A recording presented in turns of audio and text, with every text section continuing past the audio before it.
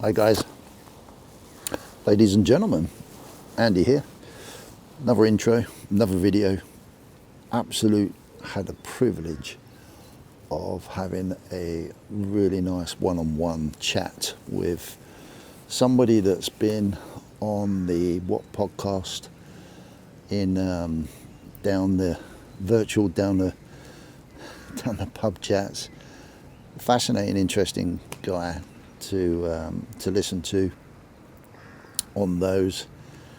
But I reached out to him and said, would you come on as a one-on-one, learn a little bit more about you, just have a chat generally about different bits and pieces, get to know you a little bit better, get to know a little bit more about your life, what you've been up to. Fascinating chat, absolutely fascinating, really enjoyed it. And it was with a great guy called Traveller Jeff. So yeah, if you like your Bitcoin, it's a good one to watch, this one. But generally, it's a really interesting chat. Him and his family have been all around at different places in the world. Started off in America, but now in Eastern Europe. But you'll find that one out in the video. Military man, ex-military man. Yeah, really interesting story and philosophy from the guy. So it's a wonderful backdrop he had. That's really cool. Yeah, really enjoyed it. I'd like to say thank you to his wife as well. He made a very brief appearance, but yeah, what a lovely time to spend in an evening, just chilling out with someone equally minded as myself. So yeah, sit back, enjoy, take good care. See you, bye. There's no need to panic. Some people, it's really interesting. When I press record, I see the difference in people. Sometimes they go like, "Okay, we're gonna not record it." Da, da, da. I think it's great. I've got to keep it chilled. Right, dude. I have Traveller Jeff on the podcast, which is a complete pleasure. I've got him all to myself. Aren't I lucky? Dude, welcome to a podcast. How are you doing? I'm great. How are you? Yeah, absolutely fine. I'm loving your background. It looks really Thank you. cool. Where are you, dude? I'm in Tirana, Albania, and behind me is the Namazga Mosque. It was they started building it in '92. It finished in 2024. It was a gift from Turkey to the people of Albania. During communist times, the number of mosques was reduced to about 8 in the entire country, and Wow. there's a substantial Muslim presence here. And so this is now the largest mosque in the Balkans, and it's built in the Byzantine style, and it's like a smaller version of the Blue Mosque Yeah, in Istanbul. And cool. phenomenal building. It's Yeah, beautiful. it just looks absolutely unbelievable, and it's a lot better than my AI generated background Yeah, myself. right. I It's a lot should more just like authentic. I should take the computer and show you out the window real quick so everybody knows it's real. Oh, It just looks, I'm gonna do that. oh wow. The architecture of these places is unbelievable, isn't it? Yeah, there. There's the Wow. street. There's the mosque. How cool. It's, it's, uh, I've lost your connection. That's it. oh, there you go. We don't Sorry. get that every day. Real life No, action. Brilliant. you Absolutely don't. Yeah, brilliant. yeah. Dude, thank you very much for coming on. Obviously we've spoken quite a bit. We've had quite a bit of interaction on lives and bits and pieces. And I've been enthralled and really interested in what you have to say. Perhaps we can get into that a little bit later on the podcast. But I would like to know a little bit more about Jeff. Can I call you Jeff or Traveller Jeff? Yeah. No, I won't Jeff's call you. fine. I won't call you Jim. No, well, I mean Look, I'm that might obsessive. be, that might be a way for you to like authenticate yourself to me in the future. Oh yeah, definitely. That's Yeah, out in definitely. the I didn't internet. So think of no, that. Yeah, that's really interesting. Dude, it'd be really cool to just obviously tell us what you want to tell us. But just like a little bit of a brief history of how we know how I know you from our past interactions. How did you get there? Because it sounds really fascinating, your little journey. How did I get to know you? No, how did we get to knowing Traveller Jeff that's been traveling around Eastern Europe? What was the Yeah. story pre that? How did you get there? Because I Oh, know you're from America and I know you've yeah. been in the military, but how Yep. just a little bit of Uh, context on it. well, the last place I was before I started traveling was in the Upper Peninsula of Michigan. And my wife and two kids and I lived in the Hiawatha National Forest in a cabin that we breathed new life into. It was on the verge of collapse when we bought it. And we lived at the end of a private road at a dead end in a national forest, living on a river. We were there 5 years through COVID, and it took us about 3 years to finish building the house. We built everything, cabinets, doors, grew all of our own food. I was hunting, fishing, trapping. Um, and we were having a good go of it. But um, I realized I spent most of my youth overseas, um, especially my formative years. I mean, as a young man, as an adult, and in the Marine Corps and other places. And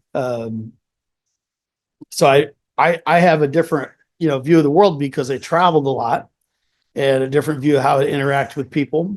And I wanted my wife and my kids to kind of benefit from that experience. So 2 years ago, I think we took our first trip. About 2 years ago, we took our first trip overseas. I took them to Budapest, and we had a riot. We were in Budapest for a couple of weeks. And so when we got home, I asked the family, I said, "Hey, how would you like to do more of the traveling?" They were all about it. So we did a little more traveling, and I said, "Well, how would you like to do it full time?"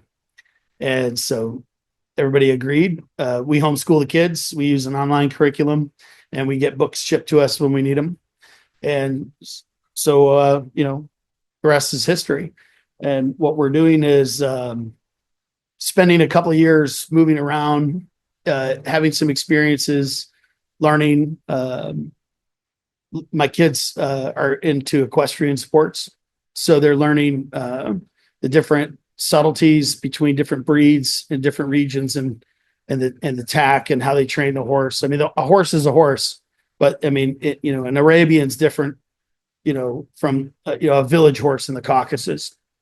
And so how to handle those horses, how to ride those horses, and the girls are they're starting training for show jumping. I mean, they're pretty far along, but they're really into it. And so, in order to make them very versatile, it's best if they don't just learn at one stable. If so, when we travel, we tend to stay in the capital city because there's usually an equestrian facility, and the girls get involved. Then they make friends. They learn some language skills. Not all the trainers speak English. Most of the trainers are men, and they're angry and they yell a lot. And so it's just like their dad. So they feel right at home, and they're actually they do an amazing job. And they melt hearts everywhere they go. Of course, beautiful kids, and end up with a lot of friends. So they're going to have a fantastic network of international equestrian connections, and that's kind of all that they want to talk about all the time. That and K-pop, Korean pop, but they can have a career in that.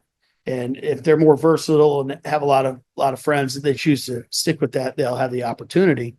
But we're looking for another place to maybe put down some roots, not like forever roots, but I'm looking to buy a place. And so I have a few places on the short list. And so we're just looking around the periphery to make sure we're not missing anything. And in the meantime, we're doing some meetings. I'm going to a Bitcoin conference in Prague for Bitcoin Europe, and that's in June. Um, I've been invited to participate in a peace initiative in the Caucasus. I'm probably going to participate in that to the degree that I can, try to contribute to that. And then, if some work pops up we'll burn that bridge when I get there, but I kind of like my freedom.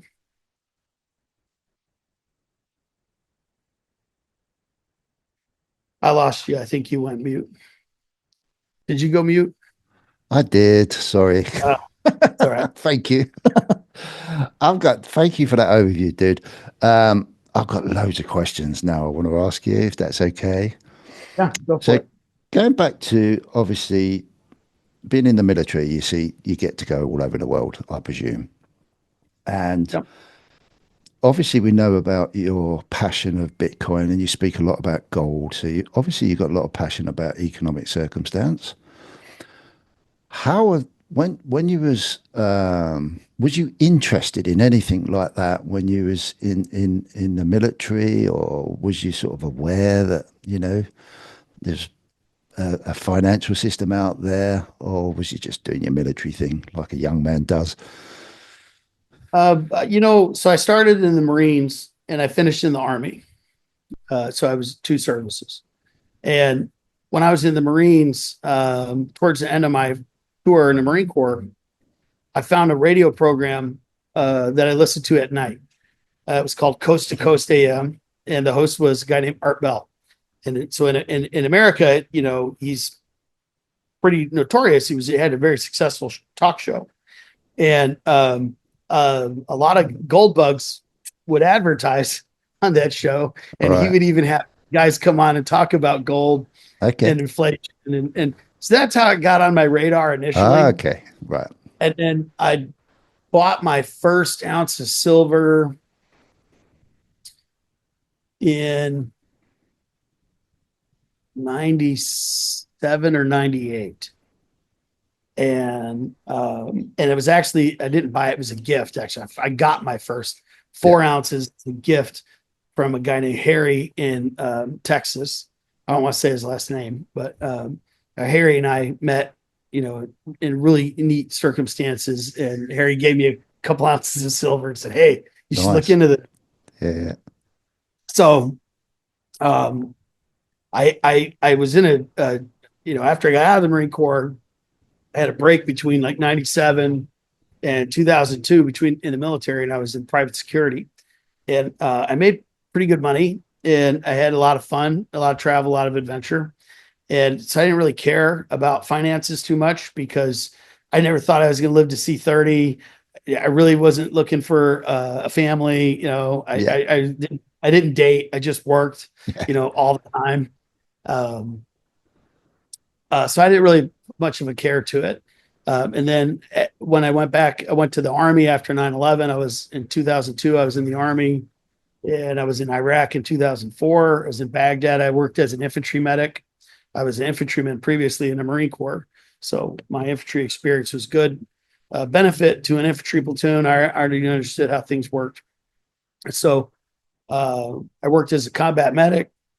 I got hit by a car bomb in October of '04. Wow. I wasn't wounded severely at all. Uh, Other guys were, and I was the medic, so I did my best and saved one guy's life for sure. He's still alive, and nickname is Sapo. So hello, Sapo. If you ever see this, nice to see you. I suppose. Uh, um, then my time in the Army was very brief, and so when that finished, I I kind of had to find a new identity. I was at a place where I couldn't really perform my craft anymore the way I wanted to, uh, the way I could agree to. I don't want to. I don't want to be political with any of this, but No. I was not in a I was not in a headspace to be in the craft anymore, and I needed to take a break and find something new to do. The Yeah. problem is that's all I'd ever done is carried a gun for a living. Yeah. So so I'm a hammer and everything's a nail, and that's all I know. And so I became a very small entrepreneur, serial entrepreneur, massive, series of failures followed by some moderate success, and stick with it, 100-hour weeks, grinding for years, and uh, eventually realized, oh wow, I'm 30 now. I never knew what to do. I never planned on living to see 30. I figured I'd be killed. So Wow, what that God, that's yeah, yeah, that's like amazing. I have to like I guess I better start thinking about what to do. Yeah. Um, so I met my wife, got married, had kids. We were in Can I Texas. Yeah. can I ask you a very quick question there? Is that generally the mentality of people within the military as a rule? That you don't really think about too much about the future because you know your own mortality in in the field that you're in. Is that Um, generally how people feel? no, I would say so. I mean, I would say there's generally young guys in the military don't think about the future because the most young guys in the military don't think about anything other than payday and the next girl. And but I mean, some guys have their head on straight, but a lot Yeah, of guys were just really young. yeah, And I was that guy. I was really young and wanted all the fun travel and adventure. And the eagle shits on the 1st and the 15th. So, if you blow it all, you just eat the chow hall. It's a reckless lifestyle because your job's inherently dangerous yeah, and you're guaranteed a place to live. You're guaranteed your food. yeah, So like literally have nothing else to spend your money on yeah, than vice. And yeah, so that's what guys do. yeah, And that's okay. No, I have a lot of friends that are career guys and, they save for the future. But I don't know how financially educated they really are. yeah, There's a few that I've gotten into looking into sound money and just prompting them yeah, to go down that road. And so I keep in touch and they hit me up with questions every now and then. And when they're a little nervous about something, that, hey, what are you doing? And I tell them that I'm not selling, I'm holding, yeah. or this is my strategy or Mhm. whatever. Um, And I've got but we're small guys. We're just regular guys. We're yeah. small. I didn't go to Wharton. I mean, I didn't work for Morgan Stanley. I don't know. I don't know. I don't know anything about this stuff. I had to learn it That's all. cool. It's cool. It's a great question because it just rings true wherever you are. I call it at peasant level. We're all the Yeah, same, you know. We're all the same. that's We're all the it. same. It That's doesn't it. matter what we That's do. I'm totally a peasant. Yeah, I mean, I'm not, but Yeah, I know. Yeah, in my heart, I am, and I always will be. yeah, And yeah, I'm the yeah, little guy. But the power in being the little guy is when you're the little guy and you're content with that.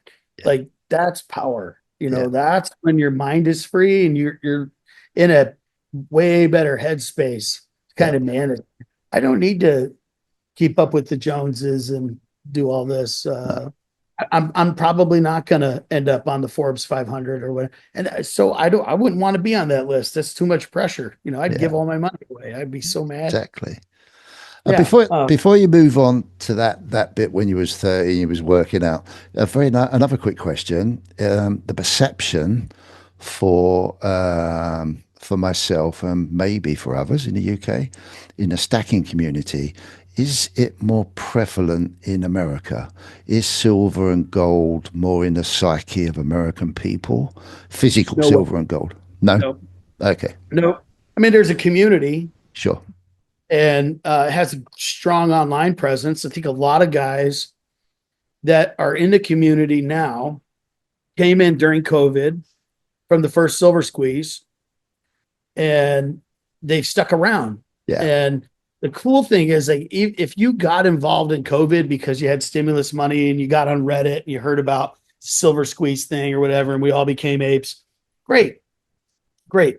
But while you're, reading Reddit all day long on lockdown, at some point you come across like Peter Schiff, and see, okay, gold, sound money, and okay, now I need to read The Creature from Jekyll Island, and yeah, and it kind of takes you down this journey. Inevitably, I watch a lot of international news.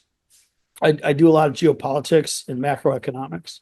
I'm not a trader, so I follow traders because they give me signals. But I come at things from a different perspective.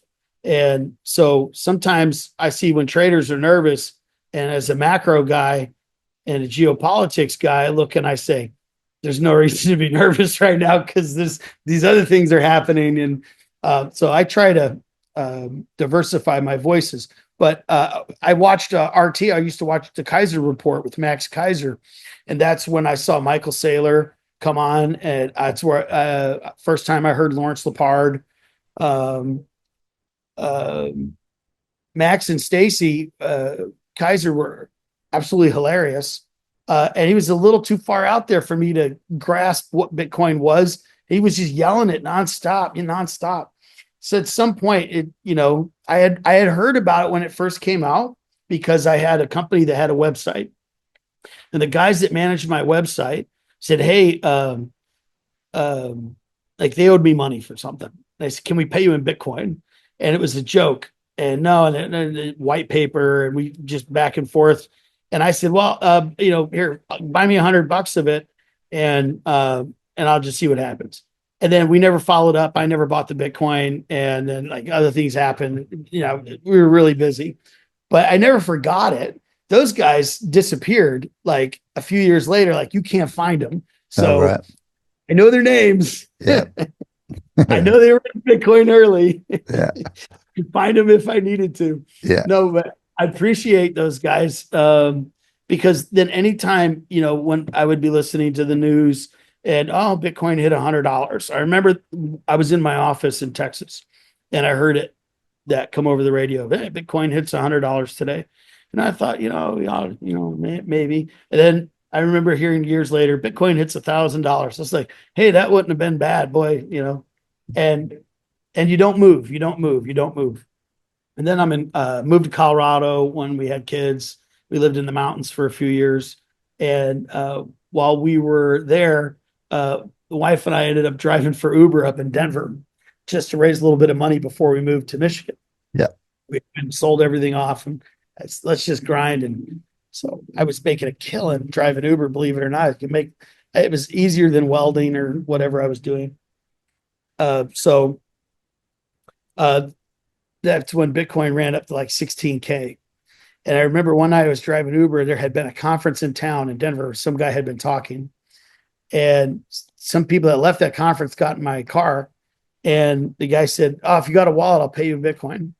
And I didn't have a Bitcoin wallet. And I said, no thanks. And, but it stuck with me, always in the back of my head. Yeah. So then when COVID hits, Max Kaiser's grinding on this, start looking and okay, so I read the white paper, I listen to Michael Saylor, and this is before MicroStrategy had started to really take off, but he had just started to expose MicroStrategy or strategy to Bitcoin. And I said, something's going on here. And then, of course, the market starts moving. And I don't know anything about markets. I don't know anything about trading.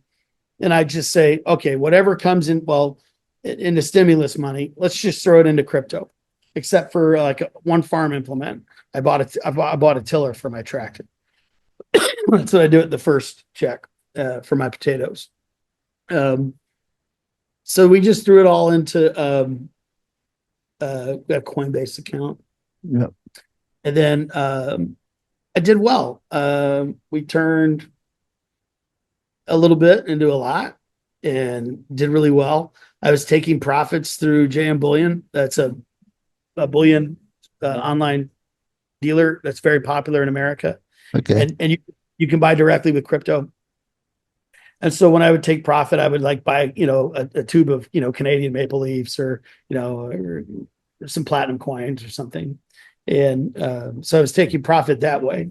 So Yeah. was that your first introduction to actually precious metals as well, or was you Well, sort of interested in precious on metals the before? on the bigger scale, I was like, well, if since the money printing's happening, the inflation's gonna come. I don't want to spend the money buying silver and gold because that's a longer play. I can make more money trading right now in crypto, but I'm going to bank my gains in silver and gold so that I can solidify my gains. And so that's what I did. Makes And sense. so I traded a lot of alts and I did trade some Bitcoin. And then I learned more about decentralized finance. And then I got into, really took a deep dive into how blockchain works and how it functions. And then I looked at smart contracts. And then I looked at non-fungible tokens, not silly things that you can, buy a picture of a girl in her bikini or something, but like, what's the use case in the Yeah. world for a non-fungible token on a blockchain? And okay, I start listening to Jack Mallers and other people talking, Lynn Alden, George Gammon, and I'm just spending all this time just consuming massive amounts of media, trying to just get my head around it because it's not like you're going from the world you live in and we're just adding something new to it. It's like you have to go back to the fundamentals of how the world works and look at there's a whole new paradigm coming and it's more efficient and it's inevitable and it's going to happen. So it's not if, it's a when. So it's okay. There's going to be a lot of risk. There's going to be a lot of false starts. There's going to be a lot of dead ends. So, I took for one point, I bought the top 50 uh, for 3 months and just held them and just looked how they did, how they performed. And then I went back and I looked at why. And all I could see was noise because there's too much speculation in the market. So I really, when the downturn happened after we hit, 62K or whatever the top was for that cycle, the downturn happened and I spent more time traveling. We were in Georgia, Azerbaijan, Turkey, Poland, back in Budapest, um, looking for the next place to move our homestead. Okay. Well, And was that because you just didn't want to be in your, I call it homeland. We talked about that before, but yeah, your native where you grew up type thing. Is it you just no, I love it, but I want my kids to know that the world's bigger than your backyard. yeah. And you can't do that watching YouTube videos. No. And I mean, not everyone can travel like we do. I understand that. But if we can, we should. And we can, so we are. And if we find a place we want to say, hey, let's buy a farm or let's buy an apartment or whatever, then we're going to do it. And we're ready to do it. But if it's not the right place, we're just going to spend a couple of years on the road and everybody's going to get, an education that Yeah. way. Um, the big plans to travel the Silk Road. That's the ultimate goal. Probably this fall. We'll see. Big plan. Do I have a It's plan? it depends on what the markets do. Depends on when and how big. 100%. Yeah, definitely. Yeah, What I want definitely. to do is have a camera crew come with me. My original idea was for me to do it on a motorcycle. I was going to start in Dublin, Ireland, and I was going to ride a motorcycle all the way to China. No way. Really? Yeah, yeah. What was the what was the motivation? Why Ireland to I China? like like all the way, like all the way down the whole Silk Road. Wow. So like, through Turkey, through the Caucasus, hitch a ride on a freighter over the Caspian, get into Kazakhstan, like just figure it out. And I know I've worked out what that would cost and how it would work, and some things would spectacular would have to happen for me to be able to do it. But that's a dream, and maybe one day it'll be a reality. So that's my big shoot for the moon goal. If I get halfway there, it's still a hell of a lot of fun. Yeah. So I don't know. Absolutely. I can't convince the wife and kids to get in sidecars on motorcycles. No. So I think they'll be, riding horses in Tbilisi or hanging out back home, Yeah. or maybe just I'm trying to get them to just be in a car and be a Yeah. couple of days ahead and Yeah. be waiting for me to show up with a camera guy, or I could maybe self film it, but I don't have the technical expertise. Yeah. Uh, So so I'm just going to jump in there, dude, if you don't mind. So at some point you went down this rabbit hole yep, of education, and that obviously, I mean, I've gone down the same, a similar type of rabbit hole, but experienced it myself.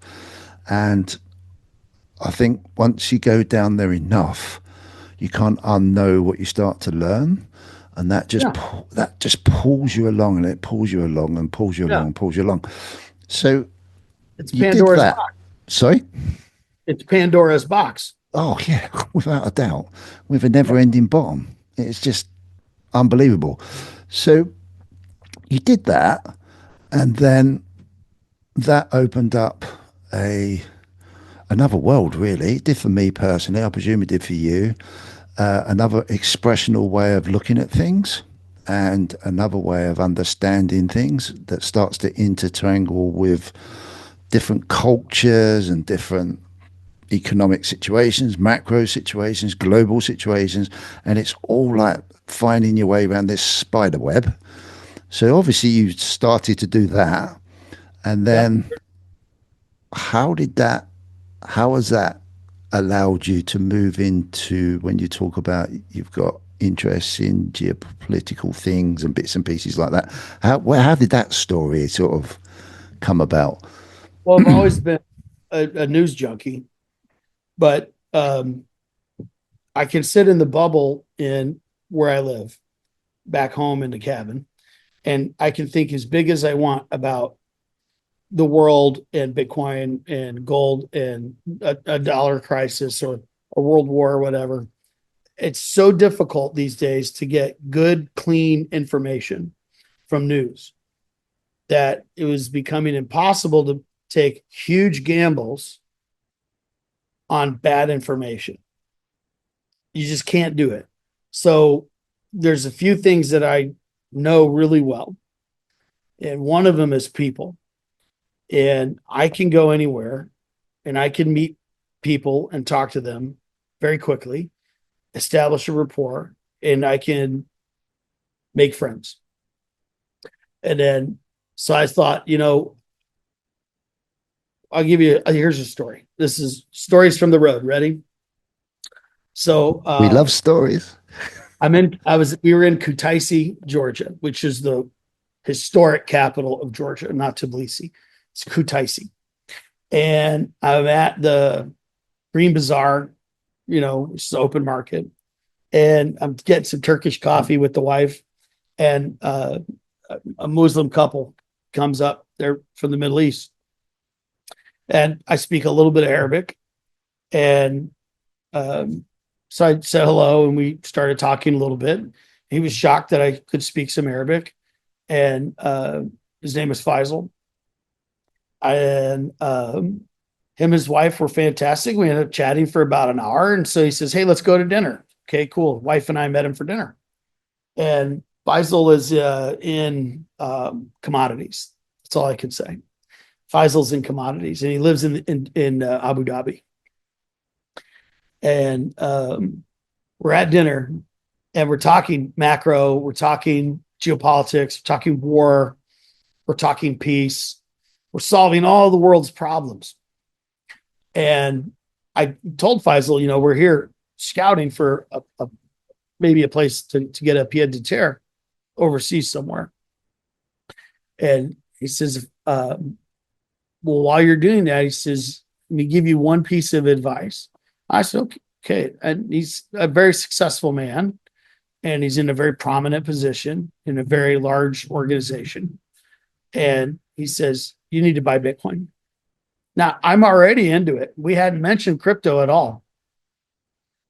And he said, Seriously? that seriously, he said, you need to buy Bitcoin. Wow. And he goes on to explain to me that in his position in commodities, he's in an office working on Bitcoin. And he said, I can't tell you what we're doing, but I can tell you that you need to buy Bitcoin. You need to sell everything you can and buy as much Bitcoin as you can, as soon as you can. And you need to never sell it for 5 years. Just wait 5 years. He says, learn everything you can on the way. This is blowing me away. So Faisal and I have stayed in touch, modestly. I mean, we're not best friends. We don't talk every day. But, if I'm gonna be in Dubai, I'm gonna hit him up and say hello. He owes me dinner. Yeah. Uh, so I had a similar conversation in Istanbul at the Grand Bazaar with a guy whose family runs a coffee shop. They run a series of coffee shops in the Grand Bazaar, and his Can I just uncle. ask you a very quick question from there? Yeah, yeah, After you had that interaction, did you sleep that night? I did. Like, Or did your mind just I go mean, wash? he put he. There's a biblical saying. He put a stone in my shoe. Okay. I guess that was the moment the stone went into my shoe. When the stone gets in your shoe, you keep walking, and you can't ignore the stone in your shoe. It really bothered me. And so that I think gave Sorry. me the first really good bit of conviction, because finally I'm getting signal instead of just noise. It's one thing to talk about it on Reddit and watch your own algorithmically fed data that comes, Yeah. whatever. And I'm aware of that bias. And so I'm always concerned with the quality of the information that I'm getting because I'm aware of my own bias. And I try to minimize that to the degree I can so I can find truth, because I'm interested in truth. I'm interested in pure information, clean information. And even now at this point, even biased information is still good signal for me, because if I can unpack the source of the bias, that also tells me something. So I learn from everyone, no matter how insightful or retarded they are, they have something to contribute to you. And so I learn to listen to everybody, but I weight the value of what I hear differently and in different categories. So uh, the way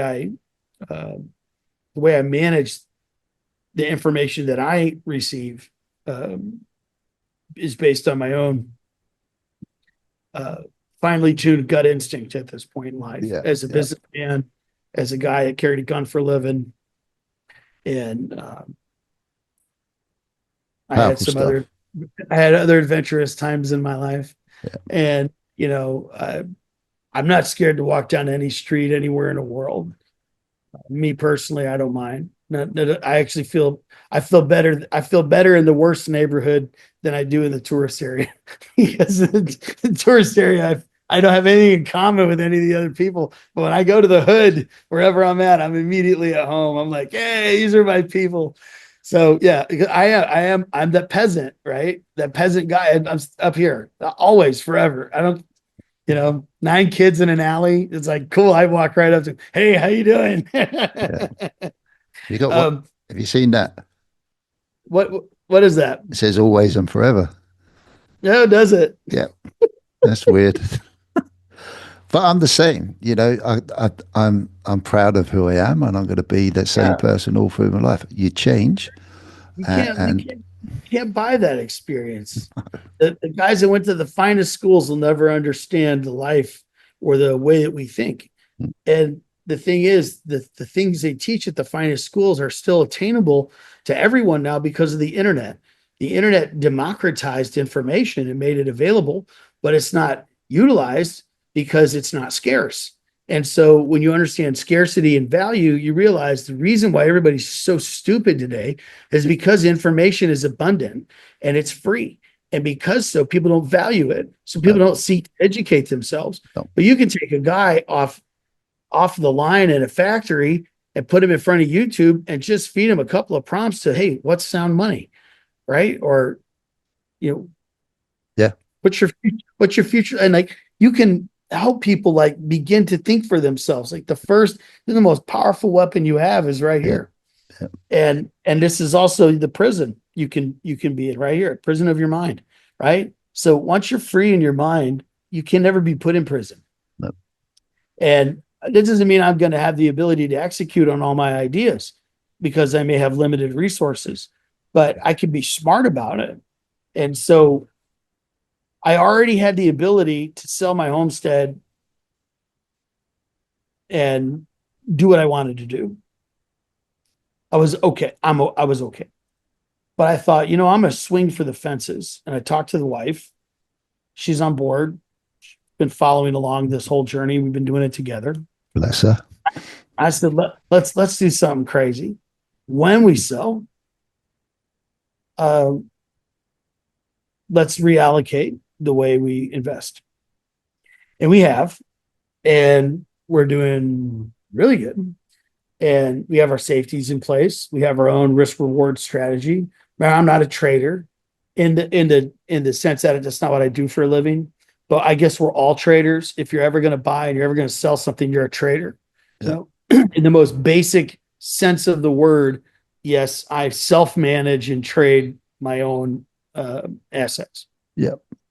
The way I think about and denominate those assets has now changed Yeah. in the last 5 years. And that has been a huge journey of thousands of hours of education and learning and making mistakes and, losing money or if, Yeah. if you're going to make an omelet, you got to break some eggs, right? Yeah. Nothing ventured, nothing Nothing gained. gained. Yeah.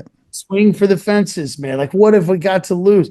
Like, I could go back and get a mortgage and go get a job managing a construction facility or something. Like, all that whole life is waiting for me right back at home. Like, they need guys like me all over the world. I can get a job anywhere I want, but it's not about that. It's not about that. So if I have that as a backstop, well, what do I really have to lose? So Yeah, at this exactly. point, you cannot let your fear control your decision making.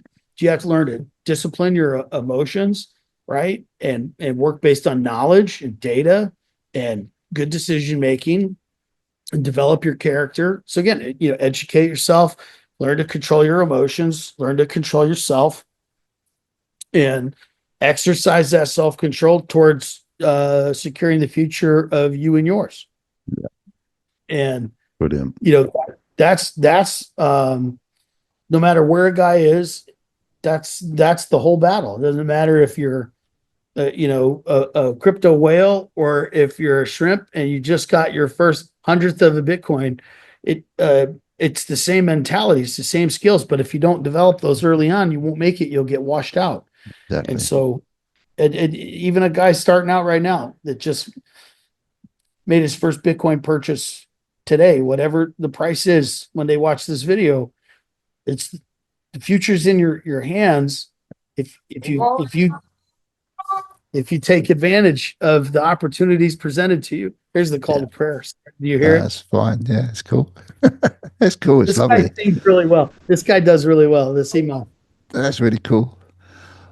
What I was going to ask you, so you had an encounter with this guy from Dubai, and the stone was put in your shoe. I can't hear it, Jeff, to be honest. Oh, you can't. I Okay. can't hear anything. Every now and then I can hear something, but it's not distracting or anything. Okay. It's quite a nice vibe. So you got the stone in the shoe, Yep. and then off your mind goes. And what what what do you do next? Where Uh, does that discovery take you? well, it took me to a place I already was. It just was an external validation of Yeah, what I was already planning on doing. And so it helps, I guess, temper my my doubt because I don't have a lot of friends that do what I do, and I don't have a lot of friends that live the way I live. yeah, Um, so I am a loner by nature, so don't have a pity party for me, but I live an isolated existence to a very large degree, which is ironic because I'm always around new people and making friends for a living. And but I live an isolated existence, and so sometimes I do need wise advisors to come in. The last two people to give me the greatest influence in Bitcoin as far as conviction. One was a friend of my father's, and he's on a conference call regularly with some friends of his where they just kind of smoke cigars and talk or whatever. And my dad was a career military guy too, so a bunch of military guys. And one of the guys was in the Navy, and he's come to find out, huge into Bitcoin, huge, huge. And these aren't dumb guys; these are smart guys. And a lot of the guys on the call, they won't cross that bridge, but he did, and he's just like he's all about it. So when my dad mentioned that I was doing something, he lit up, and we ended up talking on the phone for a little bit. It was very encouraging.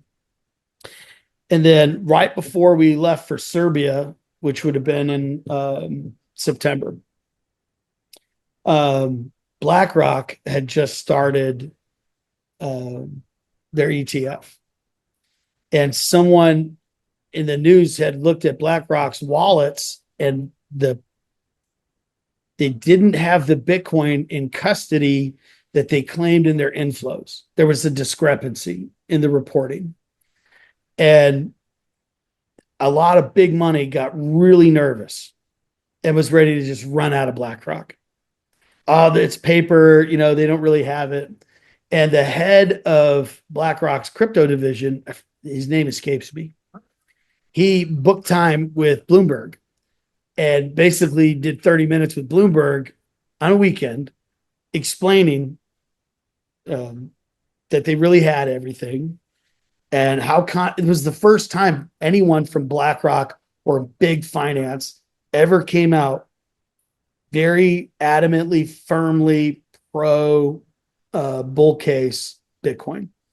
And I sat there and I watched it and I said, that's never happened before. No. You never had a mainstream top 5 asset manager, C-suite level guy stand on international television and essentially repeat Michael Saylor's talking points. And I had some money set aside to buy some real estate at the time. And I looked at the wife, I said, shit, I'm just going to put it all into Bitcoin. So I increased my position very, by a third. Yeah. Like a third of what I have now, I bought at that time. Yeah. And I think I got in at 64. And I don't care. It could drop to 30 tomorrow. I'm not selling. It's I'm not irrelevant. selling. Yeah. It's not going anywhere, man. Yeah, I get it. I get it. Those guys don't talk like that No. very often. But I watch enough news. That's all I do is watch news and read news constantly. And I know when the signals change. I pick up when the signals change, when the hints start getting dropped. I also read a lot of papers from think tanks all over the world, policy institutes.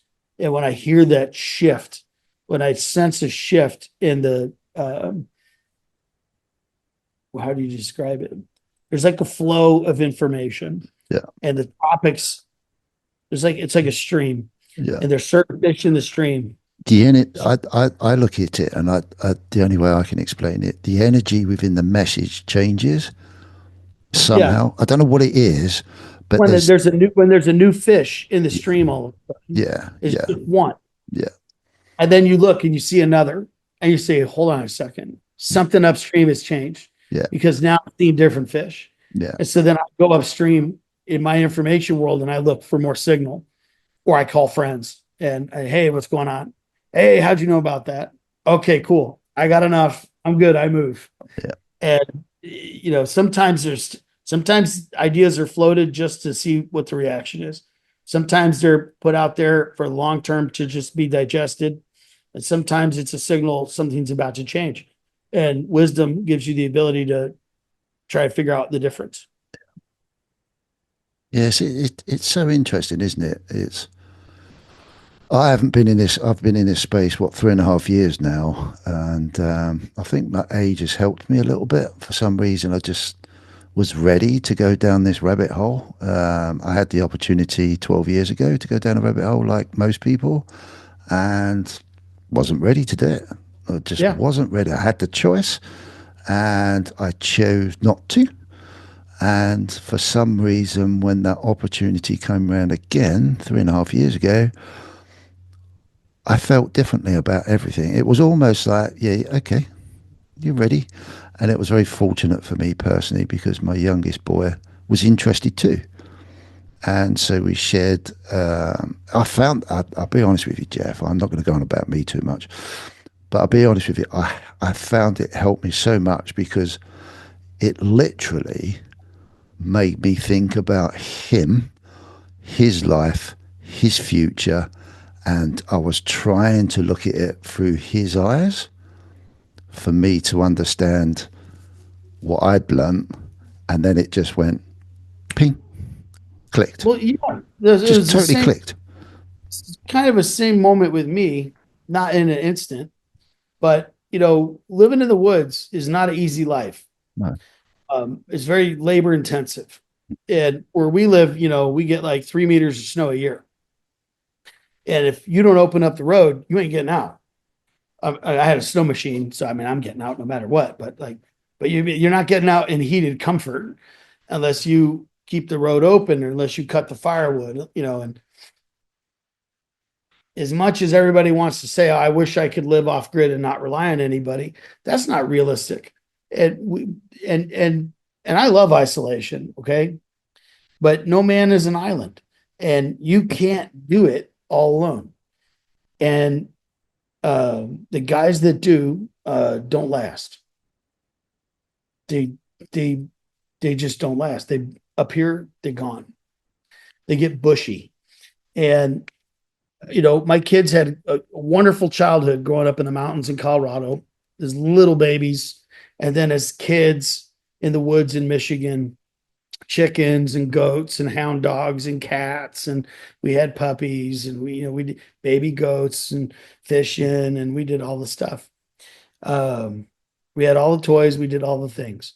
Um, but they gotta be part of them, like growing up at the being the right age coincided with the right signal for me to take the same awareness that you did, that what I'm doing is going to secure their future in a world that isn't even here yet, Yeah. but that we all see as coming.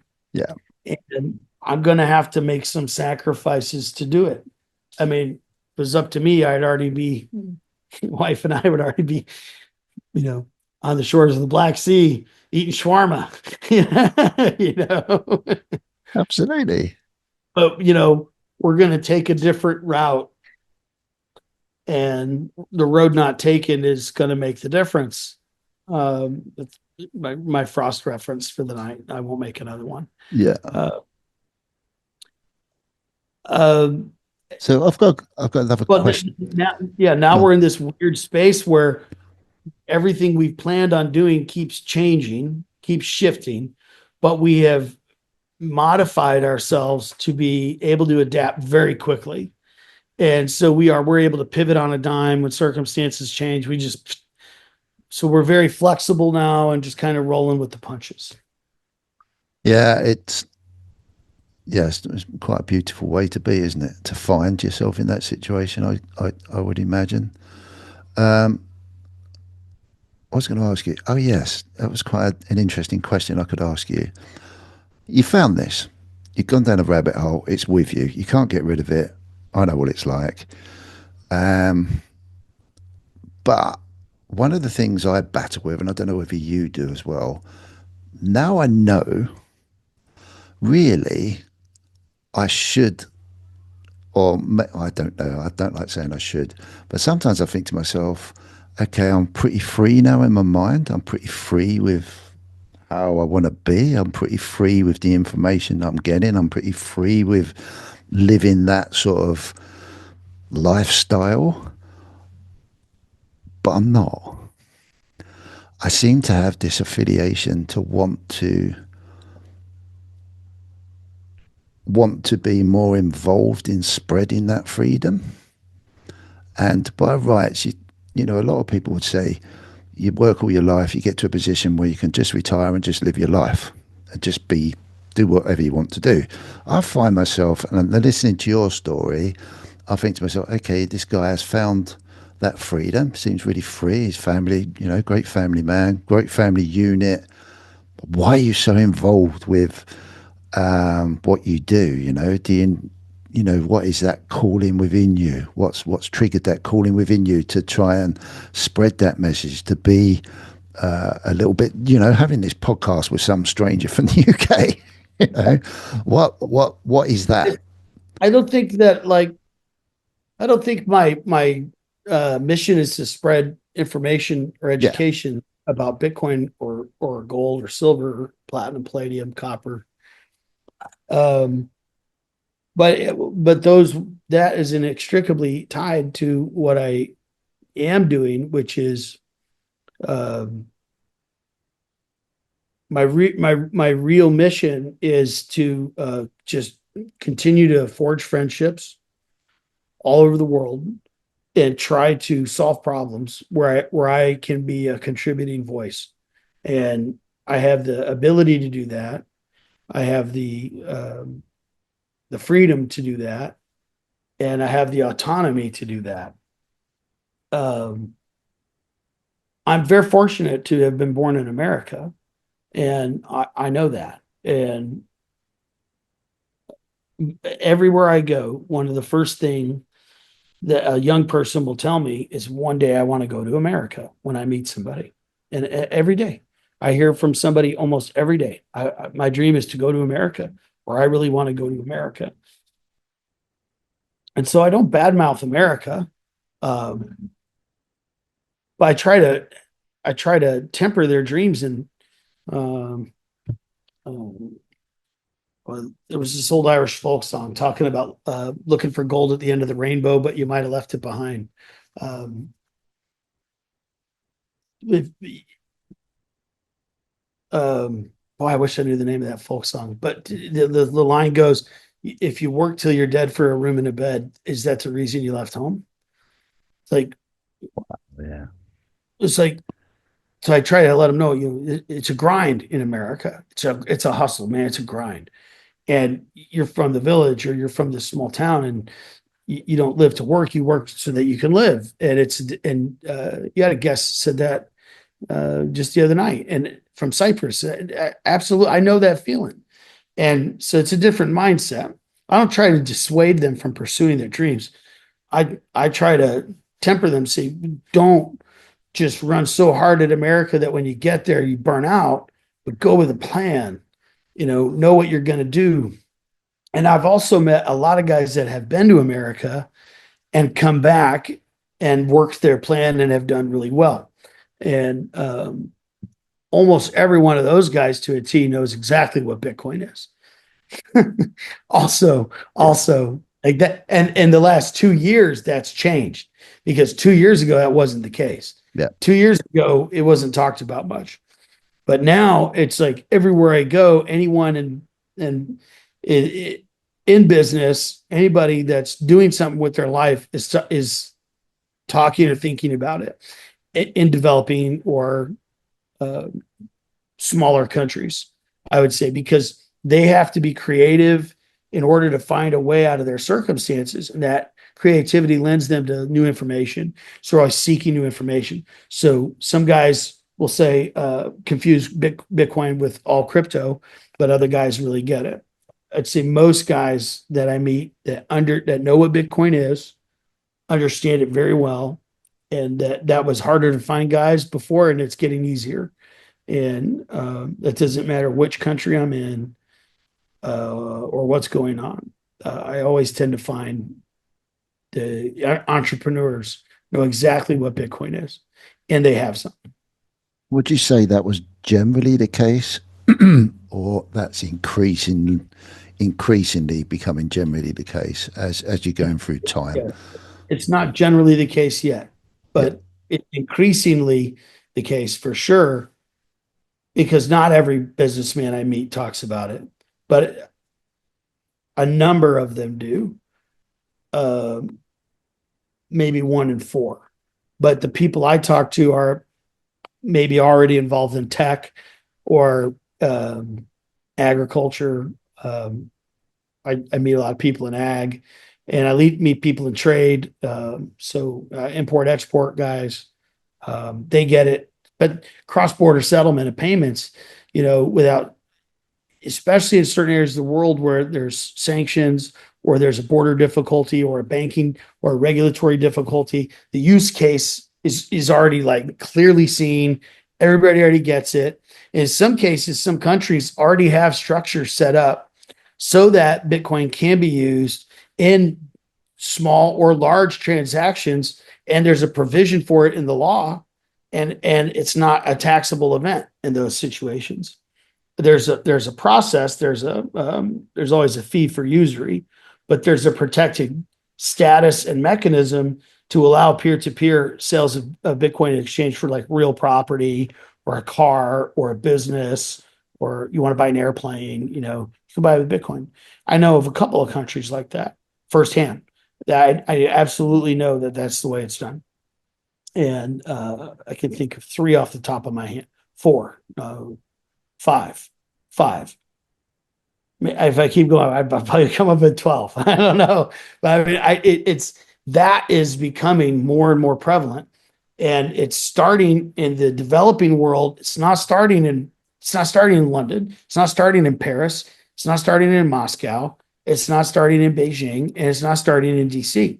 The reason is those big major cities have a monopoly on power and influence in their arena.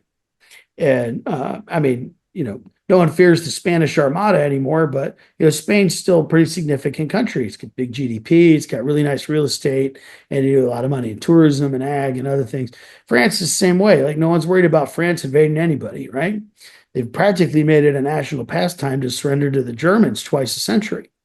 And so but the point is though, but that Paris is still very significant. Brussels is even more significant, but because they're still these kind of very large, very powerful entities, they're not trying to change anything. They're trying to reinforce the status quo. Problem is the technology and the rest of the world has figured it out. And so I try to explain to people. They think when you go to Tashkent, everyone's going to be wearing sandals and there's going to be donkey carts going down the street, and these people don't have the internet. That's not true. They've had the internet for 20 years over there, and guess what? They figured it out. And the malls they build and the airports they build and the buildings they build are better than anything you'll see in the West. So the developing world has not been in the center of power. They've been on the periphery of power, and because of that, they've been the least benefited by that power. So if your life was in Paris, and or if you lived in Rome, Rome hasn't been a bad place to live in a long time, right? But there's other places that have been a bad place to live for a very long time. And now they got the internet, and now they got an education, and they took advantage of it, and they're developing very nicely, and they're learning from the mistakes that the bigger centers of power have made, and they're not repeating those with regards to infrastructure and energy policy, agricultural policy, some of the civil affairs that they're dealing with. Everyone has their own forms of government, and I don't critique the forms of government or the way that they execute their control, because I would like to be able to continue to visit those places as a guest, and I don't believe it's my business. As a guest, it's none of my business. But I go places people haven't heard of and see things that are astonishing me, and I'm realizing quick they had a blank slate because they were on the periphery. They had a blank slate, and what they're drawing on it is better than what's at those centers of power. And that whole cultural mindset of embracing innovation is running towards blockchain and decentralization as a philosophy, and it's empowering their people in ways that hasn't been felt yet. But on a policy level, these people are very smart. They're already having these conversations, and they're already adopting. So this is why you see Bitcoin being adopted by El Salvador and Bhutan and Georgia, Armenia, Prague, to Czech Republic, embracing Bitcoin.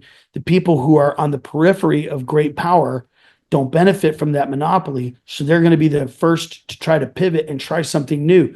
We're already not getting a great deal What do we have to lose to try this thing? And then they go figure it out. This is the beautiful thing about Bitcoin, and this is where I become a little bit philosophical. So Bitcoin is democratizing money because money's been controlled through fractional reserve banking for so long and hyper financialized and rehypothecated in order to strip people of the ability to save their money from their labor. And I get called all kinds of names when I talk like this, but this is I'm That not makes I'm not sense. I'm not I'm giving my assessment. I'm not giving my endorsement of any system. Yeah, So I'm not saying I'm going to be a Marxist or anything, yeah, but I'm just giving my assessment is that as a working guy who drives an Uber and delivers Volt in Yerevan, Armenia, that guy, if he saves his money in in the local currency, I've never been to Yerevan. I've never been to Armenia, but in Tbilisi, it would be the Georgian lari. So the guy delivers the food, he saves the money in the Georgian lari. The value of the Georgian lari is not even really dependent on what the government of Georgia does. It's really dependent on what London does and what Shanghai does and what New York does and what Washington does and policy and who's a friend today and who's an enemy tomorrow. And so the small guys are really they're at the fringes of stability because of the of fractional reserve banking. Not only their governments are destabilized by predatory economic practices, but the people are harmed because they're stripped of their savings through inflation, which actually enslaves their children in the future. So America is about to watch these chickens come home to roost in a very big way. Is the US dollar is inflating. There's too much money chasing too few goods and services. And that's what creates inflation. You know, if you're on sound money standard, there's only so many dollars and there's only so many apples. The price of the apple is very stable.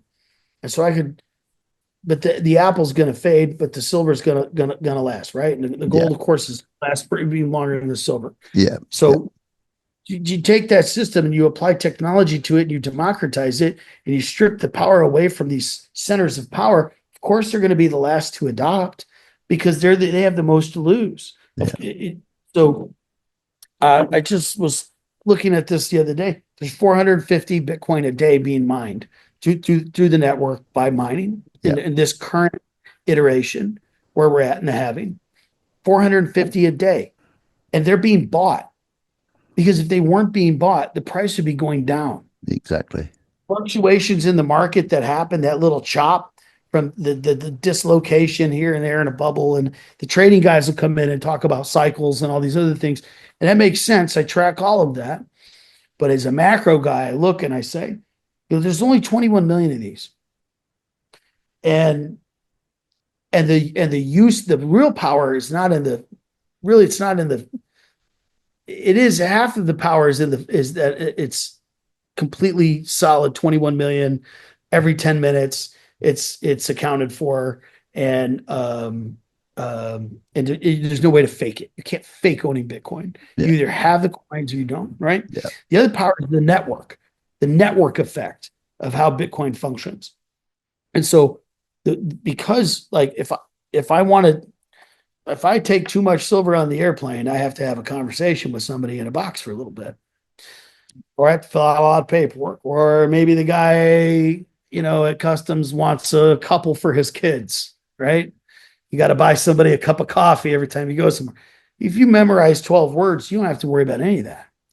Furthermore, I can send my 12 words back home to dad if he needs it tomorrow, and anything anybody can do to stop it. I don't have to call the bank. I don't have to ask for permission. I don't have to hope the wire goes through.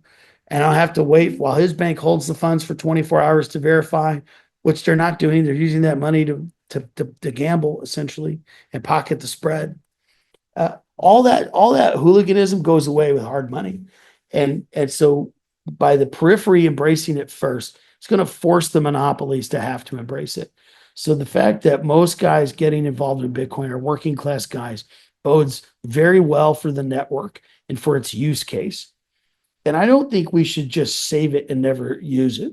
I think you should use Bitcoin when you can in a in an economy of people, or in a context where people appreciate it, transactionally, you should transact in it as much as possible. So the more you transact in it, the stronger the network becomes. And that so from a geopolitics macro standpoint, my real focus right now is on mining, not because I know anything about running ASICs, processors or anything, but I look at this from a different perspective. There's the number of coins that you have that determines how much skin you have in the game. But then there's the network, and the real battle on a national level is going to start over the mining. And you just saw an announcement the other day that Don Jr. and Eric Trump are getting into business with Hut 8, I believe, in mining, setting up Yeah. an American operation. Well, they have to. You have to.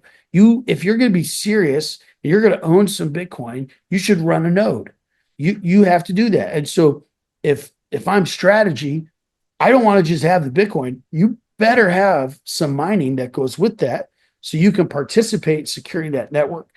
I know for a fact, an absolute fact, of four nations that have been actively mining Bitcoin on a government level very quietly for at least 3 years. And more of that is coming, not less. I'm sure there's more than that doing it, because if I can be aware of those, I'm sure there's other people that know more than I do. But that tells me not only do I need to have the coins, but I also need to have the nodes, and I also need to have participation in the network. And so the next big battle is going to be over the miners. That's why I think it's so important for people to understand the difference between true value and market forces. Because right now, there's going to be these scary inflection points where miners are not in profit, and the hash rate is too high, right? The difficulty is too high. And so it's too many exahashes or terahashes or whatever. And so the cost of mining a coin right now is like $92,000, but Bitcoin spot as of today is sitting around 84. So how are they operating at a loss? Well, they have to sell some of their Bitcoin, right? Don't be surprised if in the future, whatever the price is, doesn't matter what the price is, but the spread between profitability and not profitability is going to be a target for large institutions that are involved in the space, as a way to stress miners into mergers and acquisitions that benefit the national security of those countries. If not, those countries just actively nationalizing those industries or encouraging them in free market participation. So that's on my radar. That's kind of what I'm doing now, is really focusing, looking for signal on that. I think if a guy could get into mining, even when we have these quiet times where you see these dojis show up on the chart, there's nothing happen. There's single miners can bag those, or your pool. What do you mean by doges? A doji is like a candle that's really flat. Oh, right. Okay. Yeah. It's called Yeah. a Yeah. doji. Yeah. Yeah, DOJI. When you Yeah. see dojis and there's no volume, it's like, Yeah. I should be running a rig, dude. You Yeah. might, like, even if you don't have enough of a rig to mine a whole coin, you can work in a pool with other miners and together try to do, and the guys do it, and it's profitable. And so if I'm a young guy and I'm looking for something to do to change my life right now, one thing I would look at is learning how Bitcoin mining works. Makes Because sense. I tell you what, I know there's jobs for people that are native, considered Bitcoin natives, meaning you understand the tech, you understand the history, you understand where things are going, you understand the philosophy. There are very, very large companies offering lots of money to guys that understand Bitcoin and know how to mine it. There's another signal there. I mean, That's another uh, signal. Exactly. Yes. Yes. So I mean, people are like, well, what if it's gonna go down by 50% tomorrow? Dude, I don't care. I don't care. It's binary. It either goes to zero and the network dissolves, right? Or it goes and it eats everything. Yeah, And it's yeah, not going to that's be a smooth ride nope. because very stubborn, obstinate forces are going to go kicking and screaming, breaking everything on the way. Yeah, And it's going to get broke. It's yeah. going to get ugly. It makes But sense. I found that really fascinating listening to you for the last half an hour because at the back of my mind, it's sitting there. I can now appreciate how a lot of work in adoption is happening on the outskirts of what I'm personally used to in my country, and it's almost seems to me like it's all being innovated bottom up, which is really cool. yeah, It's really cool that's going on because it's almost empowering the people again, to to almost remanufacture a way of living around proper solid true value, and then harnessing that value of that old adage of time and energy, which we all express when we try to provide a service or whatever we're going to do, innovate and make our community better. And then, of course, that will then go into the best saving participation of soundness going forward. And that's obviously happening. And because you're out of what I call the hamster wheel Western horrible, yeah, you're yeah, seeing it. And that's the value of that physically observation in the real physical world to give you more conviction, and I'm understanding yeah, why you are the person you are. It makes yeah, sense. absolutely. And so I look at really good, successful traders or really good, successful guys in the space or guys that have just been successful in business for a long time who are in this space. And they're experts in their own fields. And their own fields, at times, they get stressed kind of to the limit where their system begins to break or is in jeopardy. And they have a larger degree of uncertainty or unsettledness as they approach the periphery of the limits of their system.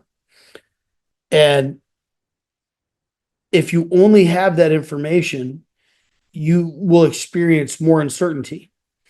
But if you have more information outside of your experience, you may experience less uncertainty, or you may experience more uncertainty at times when your system would have you calm. Sometimes there are times when I'm freaking out and the traders are just like, yeah, this is great. Everything's fine. Oh, it's totally normal. Everything's predictable. And I'm like, there's some big things going on. I don't think they're aware of, or they'd be a little more cautious here. Yeah, And every voice, a macro guy, a technicals guy, um, a geopolitical guy, and a business guy and a finance guy all have a voice in a conversation. And normally those conversations are reserved for very big, very powerful boardrooms, right? Meeting spaces. Now, because of the democratization of information and the democratization of the store of value of money and time, right? Of energy and time, rather, through Bitcoin, these conversations are happening, albeit on a very more amateur level in spaces like this. So the guys that are in traditional finance are 1,000 hours away from beginning to have a conversation the day they admit they need to learn about Bitcoin. They have 1,000 hours of work to put in to absolutely. begin to participate in the conversation. Yeah, And they have to spend most of that 1,000 hours admitting that what they believed before was only designed to work in the system they were presented. But that doesn't mean it works outside of that system. What works outside of that system is the jungle. And there are no rules, there are no laws, and you have to just do it. It's like sales when you do sales. There's two kinds of salesmen. There's a zoo salesman and a jungle salesman. The zoo salesman sits behind his cage and he waits for someone to come along and give him a banana. And a jungle salesman, he has to go out in the jungle every day. He has to fight and kill something if he's going to eat. And so you can sit at the car lot and wait for someone who comes up that needs to buy the car and you can sell them the car. Congratulations, you're a salesman. Or you could be the guy that leaves the car lot and find the guy that needs 100 cars and make sure he buys them from you. That's a jungle salesman. And a lot of the people in traditional business, finance, government, energy systems, even in agriculture, it comes down to commodities. I really love commodities. They have a tradition, the big guys have a traditional mindset that worked in a system they were trained in through their college, through their internship, through their time with whatever company when they, work for the big guy. They just learned conformity. They didn't really learn philosophy or Yeah. innovation Yeah. in their space. They only learned how to make it in this space. Um, and so they're handicapped. And so there's nothing. I guess the best thing to tell anybody new or uncertain is there's nothing different about you than them. You can have the same knowledge that they have. You can have the same insight that they have. You can make the same smart moves that they can make. And you can make it independent of a machine that bore you and feeds you and controls you. You can take your own future into your own hands and self custody your life. And you can do it with what's between your two ears. Yeah. And the information to do that is free and it's online. And you just need to learn the difference between signal and noise and just start reading, start watching, become part of a community, join a small Discord group, meet some guys, ask for help. Don't just drop, worthless comments. Hey, explain this to me like I'm five. I'm sorry if you don't understand why the PMI numbers are important and whether the hit or miss, what the hit or miss means. Should you even be here talking? But if a guy says, "Hey, I don't understand these numbers. Could someone give me a resource on how to learn this?" Oh, you watch right. So the value of effort that you apply to your favorite influencer, right, is the value of effort he'll apply back to you. And why do these guys do it? Why do they do it? Because we're all working stiffs. We're all guys just trying to have a fair shake. I'm not trying to take anything from anybody that doesn't belong to me, Yeah. but I'm not trying to allow my fellow man to get taken if I can help him avoid it. If I see your mom walking down the street and some guys get a hold of her to rob her, I'm going to be involved in that. I'm going to try to stop that, Yeah. right? Yeah. And when I see a fellow working guy driving a cab being robbed of his savings, I want to help him. I want to say, hey, bro, like you leave your family every day and spend hours away from them. And you work this job to take care of a family that you love. And the system that you work in is designed to make sure you never leave that cab. And I want you to be able to leave the cab one day. Or I want you to be able to own 10 of them. And what can I do to help you? And so in my travels, I go places, I meet people, and I learn new things. But I also make friends. And some of those friends are varying levels of success. And I stay in touch with all of them and I offer my friendship, whatever limited value I can contribute, I contribute. And as those guys are getting bigger and as they're getting stronger, I've got I mean, I don't need an American Express black card. I don't need, concierge service.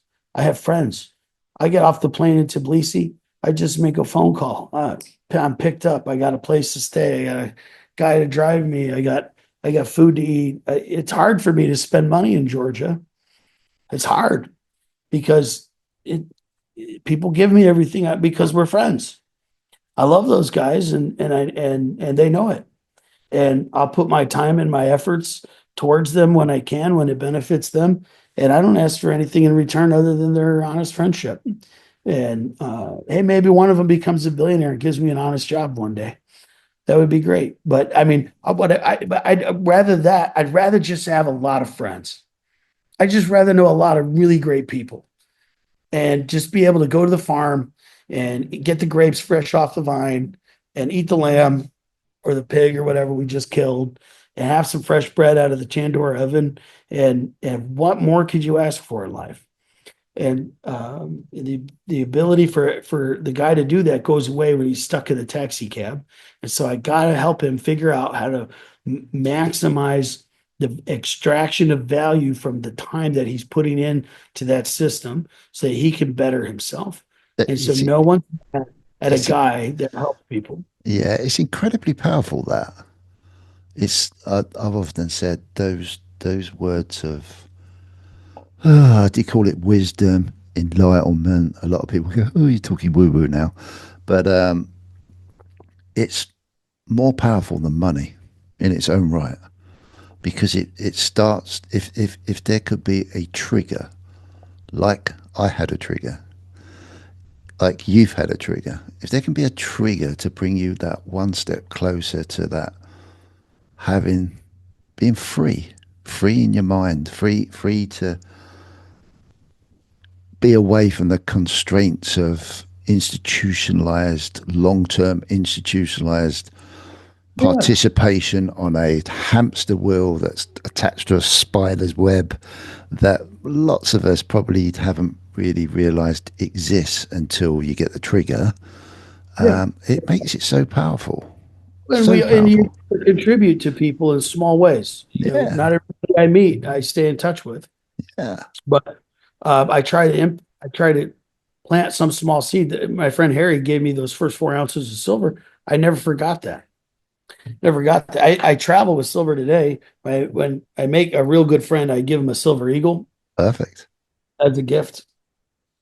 I always give out a silver eagle as a gift. Beautiful. Yeah, And another thing I give is I give copper. You said you're a copper guy. I am. Yeah. Let's see here. I I keep copper rounds with me, 1 ounces. They're And like beautiful. when we get on a plane, we always give one to the flight attendant that waits on us. And we always usually have like a gift certificate for coffee or something at the airport. And say, hey, we just want to say thank you for all your hard work.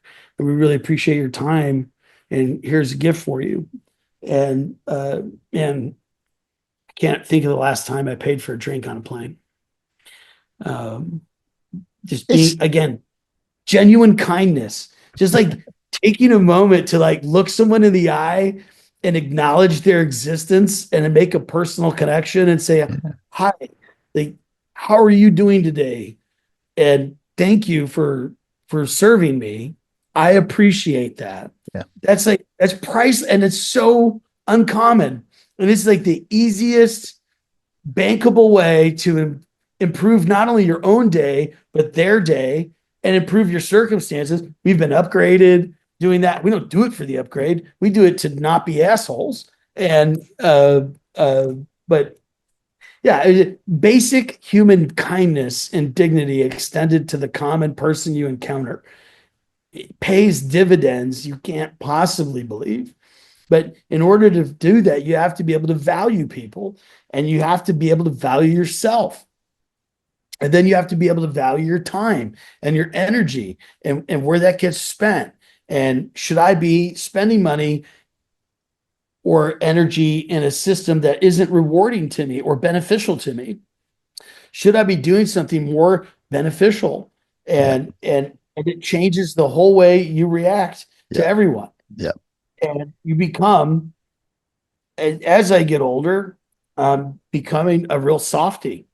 And kind of sucks because I miss being the bad guy yeah. and a lot of fun. But now it's just I just can't help but make friends everywhere I go. Um, It's a nice feeling though, it is. and it's free.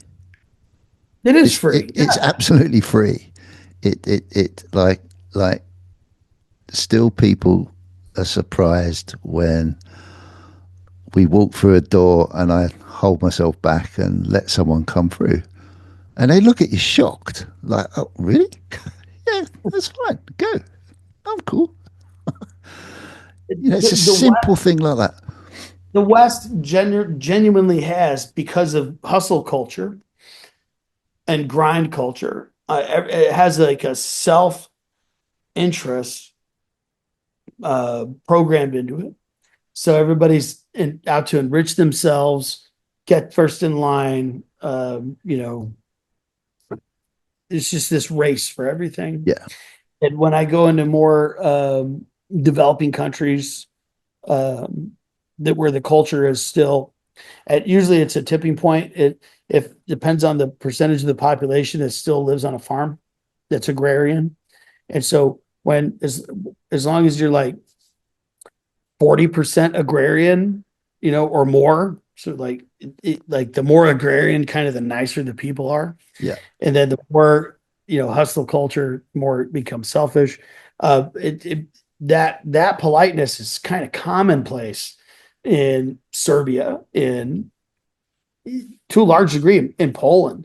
In Poland's very developed, very powerful economy, but culturally out in the village, these people are just phenomenal. Turkey, same way. Georgia, Azerbaijan, um, or Albania here where I'm at currently. Southern Italy. This is, and they're stressed from other reasons right now in Southern Italy, migration and crime and a few other things. But so that starts to hurt that culture. But there's just a genuine look out for the fellow person. My kids can walk down the street at 2 or 3 in the morning here in yeah. Tirana, I remember or you back saying, yeah, at Belgrade, or Tbilisi, or Baku. I tell you what, in Baku in Azerbaijan, I could drop my silver eagle on the ground at 3 in the morning, and if there's first of all, it's very difficult to find a homeless person in those countries. yeah, But the Roma are still around, right? The yeah, gypsies. yeah, And even in those countries, the gypsies will pick it up and bring it to you and say, hey, you dropped this. yeah, yeah. It's amazing, isn't it? They're not out to steal from you. Yeah, They're not highwaymen waiting to rob you. And so, even the beggars are kind. And we're kind to beggars as well. My kids get ice cream down the street from where we live now. And there's a little family of gypsies that hangs out there and begs all the time. Now, listen, they're like, I don't know how many generations into doing this. So like they've been raised this way. It's all they know. Right. You can't change that. I can't change that. I can't change that about the Roma. yeah, But what I can do is I can make sure that I look them in the eye and that I am kind, and I give a little change. But the kids were there, and my kids were getting ice cream, and it's a pretty nice ice cream place. And they looked back and they saw the other kids there, and I said, "Hey, girls," I said, for you, getting ice cream is just like a normal event. I said, but those kids got to sit there uh, every night. Whether they like it or not, their mom makes them do it. And they got to watch all these other kids have this great moment where they get to come up and get the ice cream. yeah, I said, why don't we share this moment with those kids and let them have a time to get the ice cream? yeah, And so girls went and got the kids, came back, bought them, pick out whatever you want, got them all ice creams. And, and I'm trying to teach my kids a lesson yeah, that you can't ignore the plight of the unfortunate, yeah, and that you have to be aware that the experiences that you have are not shared by everyone else, yeah, and that you're in a very fortunate position. yeah, And I'm also teaching the kids down the street that got the ice cream that their life matters, and they are visible, and that we see them, and that we are kind, and you can be more than just a beggar on the street if you want to be. And then I also am showing the people that work at the ice cream place that even though we're not from here, we're not the people to be scared of. We're kind and generous, approachable, nice people. And of course, most people are just so used to seeing it. It's not that they don't care. They don't, they're not visible to them anymore. They're not particularly mean to them either. I mean, if the bakery puts bread out, they don't throw it in the dumpster. They tie it up in a bag and they hang it on the dumpster so that the Roma can get to it easier. Yeah. or a pension or an elderly person. But sometimes when we see those people, we follow them and we make sure we improve on their circumstances. When my gut tells me, hey, that old lady probably needs some help, then I have a person I can call in the neighborhood to find out where she lives, and we can make sure her electric bill gets paid and she gets medical care or whatever. Yeah. And just I tell you what, I've avoided more trouble in life living that way than I could possibly tell you, because other people see you as the American and they see you as a target. And other times things can be perceived culturally differently than they're intended, inadvertently on our part. And I could either create an offense or perhaps mislead someone in some way unintentionally without even interacting with them. And that can create conversations in a neighborhood where everybody knows everybody. And by being a kind person and by being generous and being genuine and being honest, all the trouble that would normally come just never seems to arrive. Isn't that funny? It The truth it is is. Yeah. before that can happen, when it's spoken about, someone will usually speak up on my behalf in my absence and say, "Hey, not that guy. They're really nice people. It's not that guy because he's going to kill you. Now it's no, not that guy. They're nice people. They're not like that. You misunderstand or whatever." And so, whether it can be a religious difference or a cultural difference. We just don't run into a lot of those troubles because we're nice people. And so traveling's incredibly easy. Yeah. And kind of I can imagine yeah, it's that core human connection that everybody's got and everyone's born with. And if you can connect at that level, then you can pretty much get away with being who you want to be, where you want to be, and meet the same people at that level, even with those differences of politics to a degree, religion, all the stuff you said. It's amazingly powerful, and it's something that is so lost now, but it's all within us, and I get frustrated because I know it's all within us. We're all born with it, and I know circumstances make us go different ways, but just that little bit of a prod, that little bit of a, oh yeah, I'm just going to go out that uncomfort zone to find a new way and just reconnect with who I am, whoever I am, and just go on that little journey. It is immensely powerful, immensely. it And is. you can live such a different life, You such a can. different life. You get to impact people genuinely well. You get to ease people's burdens as you encounter them. You aggregate friends. And then further down the line, sometimes you run into somebody who's working on a bigger business and a bigger problem. And you realize very quickly, just in conversation, I already know how to solve the problem for this person. And because it could just be a conversation of explaining a cultural difference. But like being able to solve these problems for people through a negotiation that avoids a conflict is incredibly valuable. And that's on my X profile, Traveler Jeff. Um, Research, negotiate, resolve.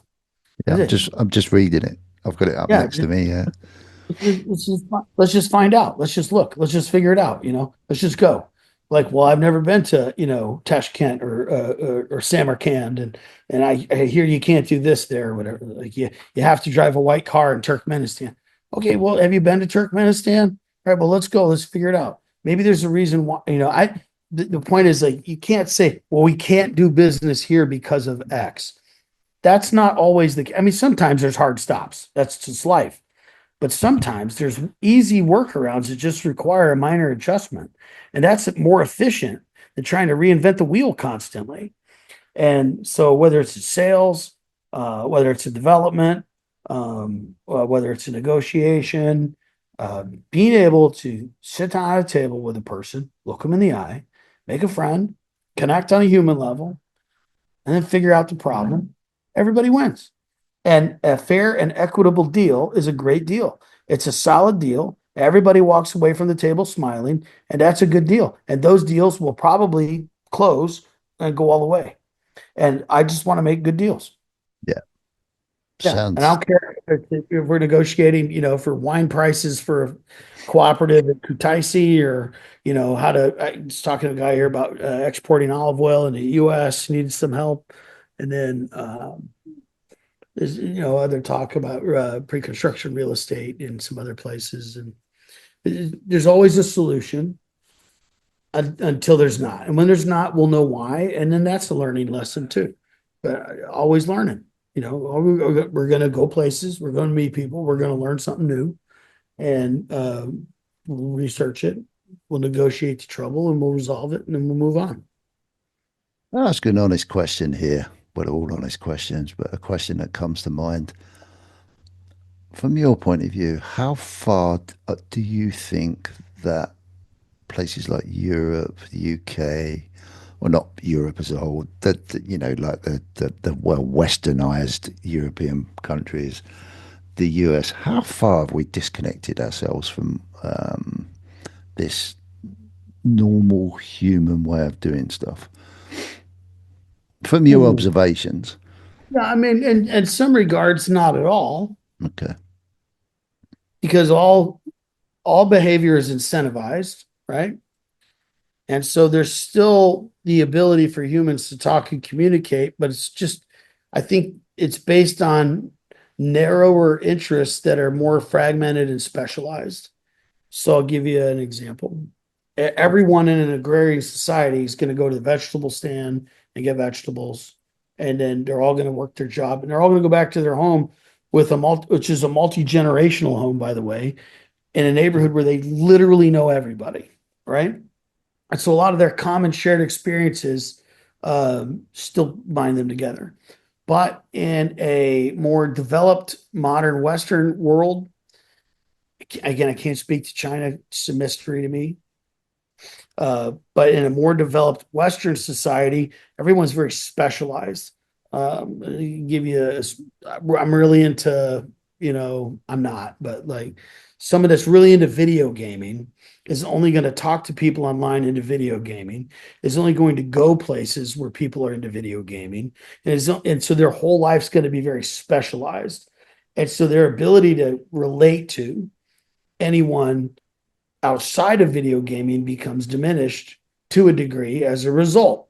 Now, it can be tempered based on the individual, but by and large, they're lacking a common bond with the people they share geography with, because they don't ever cross paths with them regularly. They Yep. don't live in multi-generational housing. They probably don't live in the place where they grew up. They work a job that's usually somewhat isolated, and they have very isolated special interests, and everything they eat comes out of a package. And it came from 4,000 miles away out of a factory.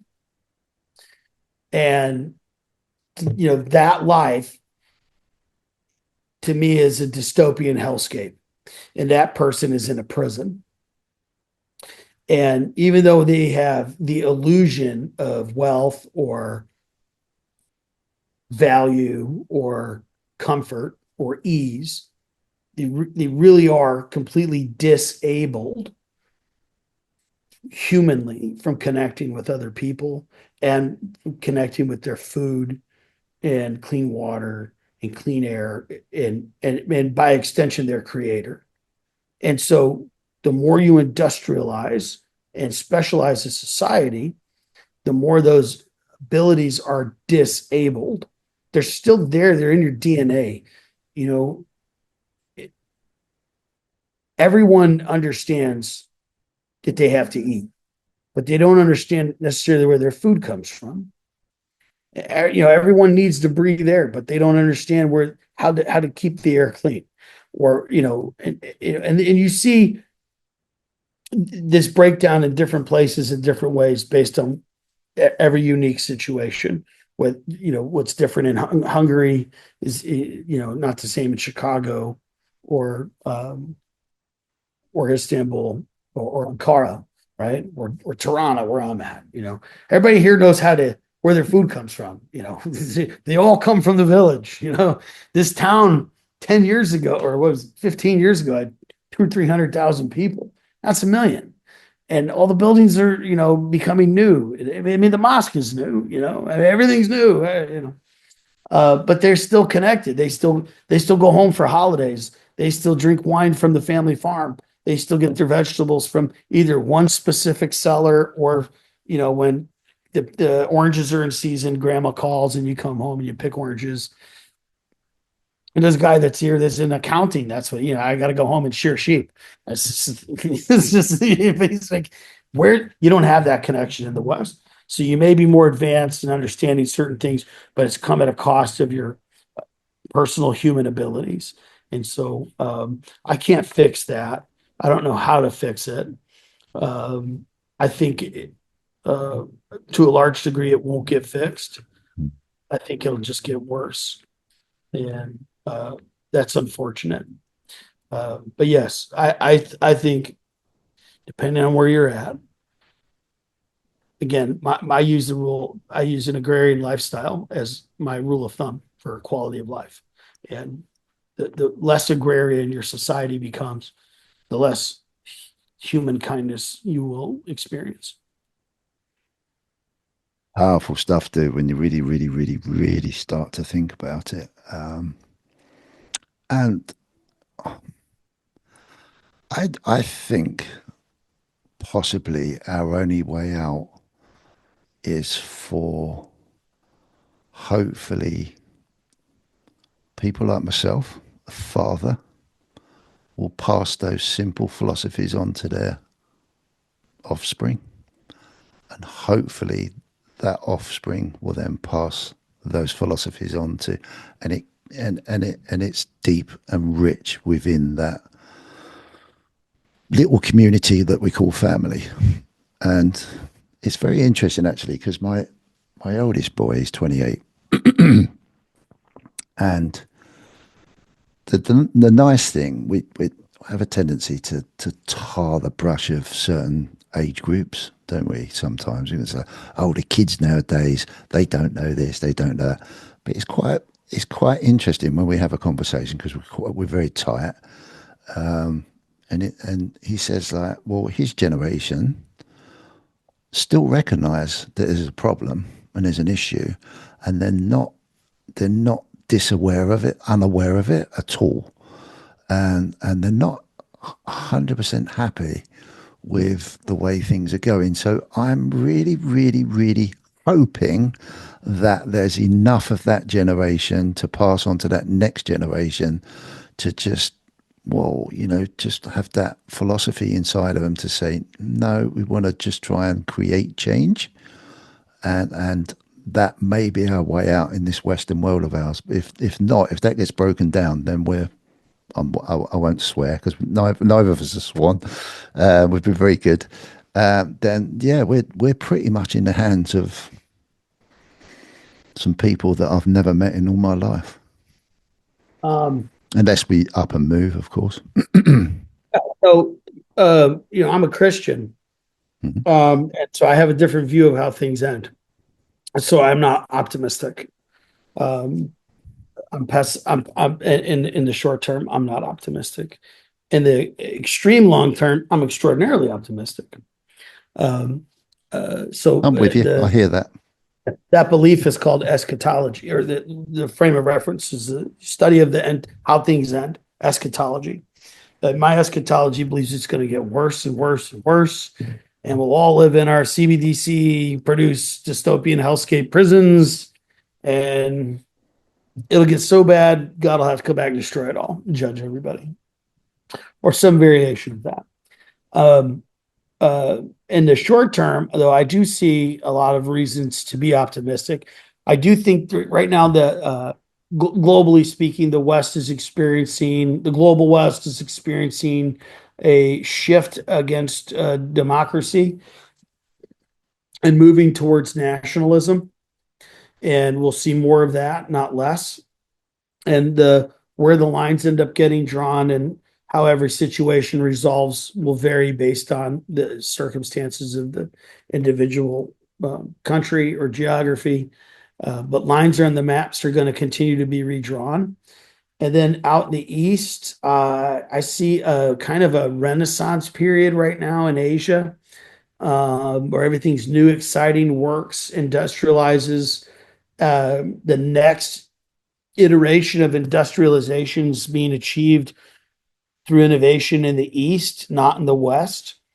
China is light years ahead in manufacturing, in infrastructure, and in social systems.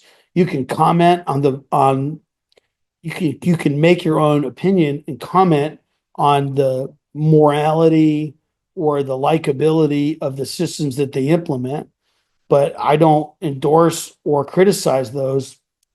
I merely observe those, and I assess that they're doing a great job, as in they're achieving. When I say they're doing a great job, I mean they're achieving what they are intending to achieve. They set a goal. We're going to have 900 high speed trains, and they do it, and they just build it, and they do it like in days. Not, I mean, not literally days, but they pour more concrete in a day in China than America pours in a year. They build more ships every day than the rest of the world combined. BYD is kicking out a pretty cool car, and very different levels, entry level all the way up to exotic. I see BYD cars everywhere I go. You can't see a BYD car in Paris. You can't see one in America at all. You're not allowed to import them. I can go buy an $11,000 Toyota pickup truck in Tbilisi that has a diesel engine and not a single printed circuit board in it, and it'll run forever. But it's illegal to import it into America. So the West is like overregulated, over safe, and not risky. And out east, they're very risky and innovating. And then there's the global South, and the global South is like Africa, South America. They're industrializing as well. They're becoming more efficient. They're also decolonizing, not making any commentary on the merits of of colonization, by France or by Britain or by America or whatever. I'm not making imperialistic. I'm not taking sides. I'm just saying they are decolonizing. They're throwing off the powers that have been there for a long time, and they're seeking new partners. A lot of those partners are coming out of China. Some are coming out of Russia, and some are coming out of the Middle East and North Africa. And the tighter it seems that France squeezes, the more of those systems slip through their fingers, to use a Star Wars quote. And that breakdown, I believe, is going to continue. So the decolonization, the balkanization of the world, a new Iron Curtain descending between the nationalists and the globalists is going to descend upon Europe. It's going to be a nasty, bitter, petty, pointless fight, but it's going to happen anyway. Um, Russia resolving its presence with its neighbors is going to continue to be remarkable. Uh, Alexander Vucic, the president of Serbia, spoke in an interview to Donald Trump Jr. recently and said that he doesn't believe that the issue between Ukraine and Russia will be solved until one side is demonstrably at the disadvantage and obviously losing. And he's very well positioned to make that statement. And so I take that as signal very serious. So look for that not to be resolved immediately. Israel has got, to work out some things with its neighbors. It seems like many of the neighbors are interested in actually working that out, and some may not. But it also seems that it's hard to get a clear signal out of Persia because it's heavily regulated. I can read Persian state media, Iranian state media, and read their press releases, but that doesn't tell me what's really going on in Iran. It just tells me Iran's different opinion on an event compared to what BBC is going to tell you. But trying to get a finger on what the average person feels there is very difficult because Iran is enormous. It's got a lot of different people groups, and but It's an inflection point. So any place that at one time ruled the earth or the known world, is a place that's always going to have a voice. And so that's why Western Europe's always going to be something because of Charlemagne, because of Napoleon, because of Caesar. And Greece is always going to matter. And Istanbul is always going to matter. And Persia is always going to matter. And the Middle East is always going to matter. China is always going to matter. Moscow is always going to matter. London's always going to matter. They're always going to, Washington, D.C. is always going to, New York, they're always going to have a voice. But the way those voices speak and who those voices are friends with and who they agree with will change in ways the next 2, 3 years that people will shock people, absolutely shock people. Lines in the maps are going to get redrawn. I mean, again, the nationalism's coming up. Individual national sovereignty is an issue. Global logistics is changing. And so all of that it bodes for like there's some negatives that are going to come with dislocations in supply chains. And so just food prices will be high, people will be impoverished, there'll be war. But as those nation states begin to settle international trade with each other, they're going to increasingly be essentially using Bitcoin. And there are other methods they can exchange with each other, and they use those. But there's always an imbalance in trade, and settling that imbalance has always traditionally been done in gold or dollars. And the dollar has got an inflation problem and a control problem for people on the other side of that trade sometimes. And so gold, it carries its own issues because now I got a load of 747 and we've got to fly it, and the gold's got to be melted down and assayed and everything. Where the Yeah. Bitcoin can it's just a few pennies. Yeah. So from the macro perspective, I look at Bitcoin and I say it's going to get huge. Yeah. And I look at gold and I say it's never going to go away. No. It's always going to have value. And same with silver and copper. Copper is going to be needed for all this. At the Yeah. same time, we're undergoing the fourth turning, and there's a new industrial revolution that's happening in decentralization. So I couple all of that stuff that I track, and then I watch a camel finance video and go, okay, here's where we're at in the cycle. Yeah, exactly. Yeah. Happy days. Everybody's scared for their lives, but Yeah. it's like, whatever. It's Tuesday. Okay. Yeah. Yeah. It's a big world. It's scary, but it's also a really nice place to be. It's full of great people, and sound money is going to fix a lot of problems, but on the way there, it's going to break a lot of things, Yeah. and it's going to have some casualties. It's going to get ugly, and best I can do is just again go places, meet people, Yeah. learn things, be nice. You know, 100%. I can just keep doing that. That's great. If I can make a living out of that, it's even better. Yeah. Yeah. Enjoy family life I love wherever you are. family. Yeah, it's great, Yeah. isn't it? Great. It's absolutely great.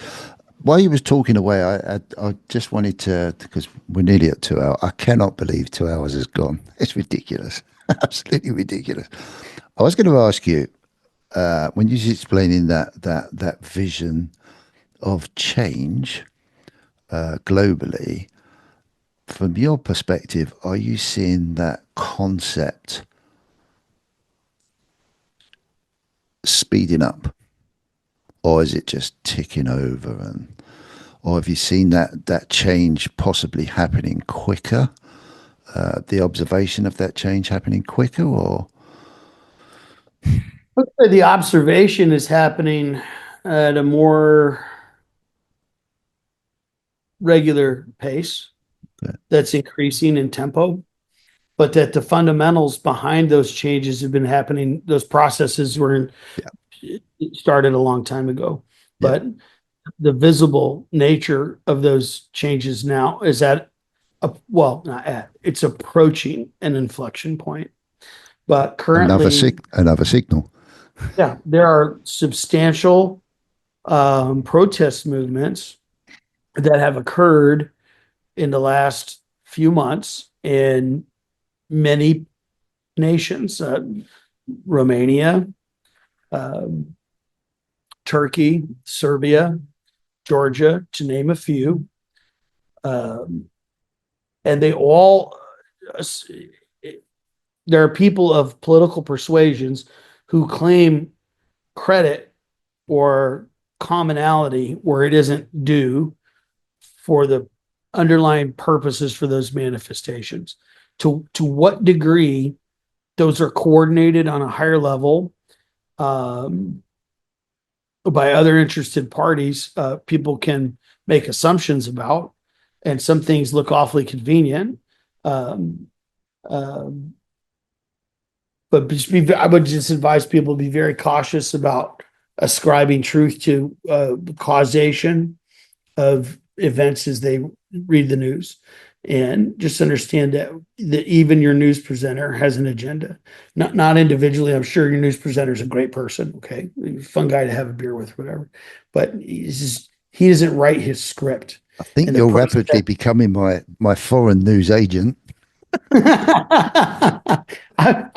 I would love to do news, but for whom? That would be the question. Um, I would just caution people to take everything you hear about causation with a grain of salt, Yeah, because there's a lot of information that is specious, meaning it's factually true, but not really true. yeah, And that happens on both sides of every coin. And the truth is somewhere in that narrow center. And the better I got at finding that signal, yeah. the better I got at understanding the world and what's happening and why it's happening. And guys that think along the same lines as I do, without exception, that I personally know, are all into Bitcoin. Yeah. It's interesting, isn't it? And I'm a little fish. Yeah, I know. I know. Can you imagine what the big guys are really doing? On the chessboard. I always call it the chessboard. By the time everybody knows, it'll be too late. Yeah, and Whatever. It doesn't really, and it doesn't matter. It's not like I know something that I'm not saying. yeah, It, what I'm saying is it doesn't matter it's irrelevant. because you know that the surprise is coming. Yeah, I call yeah. it a gray swan, You call it's not you call it what, sorry? a gray swan. Yeah, yeah, At this point, to not expect a black swan is to be a fool. yeah. You're just a complete novice. There's something wrong with, hey, like something huge is going to happen, and when it does, it may be shocking, it may be devastating, it may be tragic, but it should not be surprising. Well, that's the advantage, isn't it? It you, at least whatever's going to happen now, I often say to my boys, I say, look, it's irrelevant. I'm not in control of it. You're not in control of it. But when it happens, the shock won't be as bad because we're expecting something. Correct. Yeah. And then And, when that, by acknowledging your powerlessness, you've actually regained your power. You understand that? it's massive, dude. And listen, I can't change what anybody does. Mm, Okay. I know we're late, but I'm going to tell you this story. This is a yeah, true. This is probably one of the most impactful events on my life philosophically. I can't tell you where I was, but I was between my Marine Corps and Army time. yeah, I was working for a private security company, and I was someplace and I did something that I should not have done. And somebody very important and very powerful um, decided to get on a plane and come have a conversation with me. And a prominent fella in his field, and he still is today. And he sat me down and he gave me a speech, and it went something like this: I can't tell you what to do, but I can tell you that life is choices, and there are consequences for your choices, sometimes good and sometimes bad. And I'll never pretend that I can make you do anything. yeah, But what I can do is remind you that life is choices. yeah. What a fantastic short sentence Yeah, that was where it. That was it. Life's choices, man. And the thing is, you know, I don't have any power of what he was going to do. I only had the power of how I was going to react. Yeah. And based on that, he was going to make a choice. Yeah. Yeah. It's the way it works, dude. And I use that when I can to that helps young men. For some reason, that works really well with young men to hear that in their through their thick skull. Yeah. I don't my people say, "You're going to make me do this." I'm not going to make you do anything. Yeah.